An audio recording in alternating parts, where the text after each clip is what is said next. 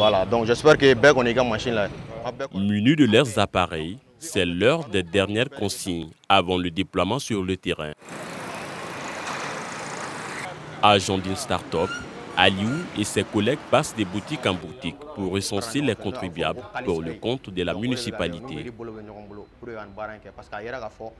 L'objectif c'est pour combattre la corruption. En regardant les communes, vous avez les routes sont dégradées, il y a les ordures partout.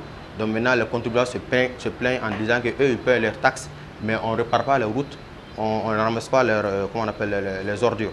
On est là pour pallier à ces problèmes-là.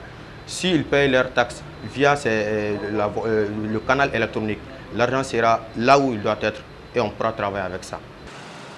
Considéré comme un acte citoyen, le paiement des impôts permet à l'État de financer les dépenses publiques, rappelle Lydie Touré à la Direction générale des impôts. C'est un prélèvement pécuniaire, c'est-à-dire en argent, pas en espèces, pas en nature, obligatoire, opéré sur les ressources des personnes vivant sur le territoire. Quand je dis personnes, il s'agit des personnes physiques aussi bien que des personnes morales, des nationaux aussi bien que des étrangers. Ce prélèvement ou ces ressources collectées permettent d'assurer d'une part le fonctionnement des institutions, permettent à l'État de faire face à ses fonctions régaliennes, les dépenses de santé, les dépenses d'éducation, et permettent de couvrir les besoins de sécurité et de protection sociale. Aujourd'hui, parmi le dispositif de collecte des impôts, il y a le paiement par voie électronique. Ça facilite les interactions, c'est-à-dire le contribuable, le contact avec l'administration est très facile. Le contribuable, en tout lieu, en quelques clics, peut accomplir ses obligations fiscales.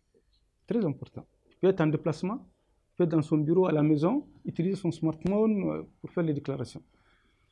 Il peut consulter son dossier fiscal à distance. Donc, il a l'information en temps réel.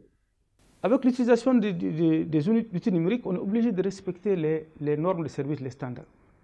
Donc, quand vous faites une demande de NIF, vous devez obtenir satisfaction dans les 48 heures. Quand vous faites un paiement, vous devez vraiment, il y a un temps de traitement. Quand vous présentez effectivement au service pour les centres non informatisés, vous avez un temps de prise en charge. Au niveau des collectivités, la collecte des taxes est encore plus complexe, estime Mme Berthet, responsable d'une start-up qui propose des solutions de paiement par voie électronique.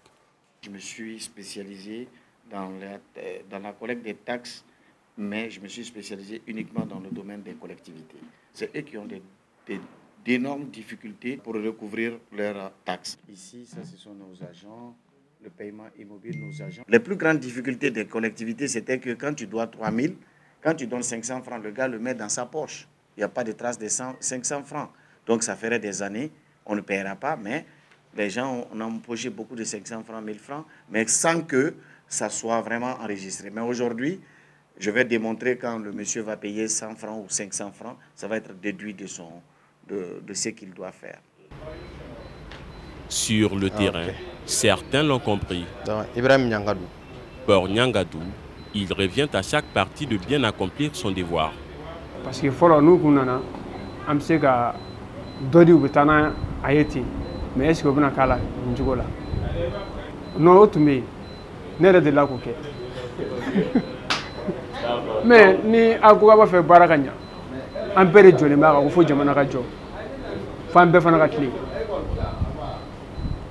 Ya, ni ay bien ban joga faut quand me tieni que me mona tieni bla. Anyebe mo do la nyefe mun ba fe ganya. Enfana be tugu ko abinya tugu.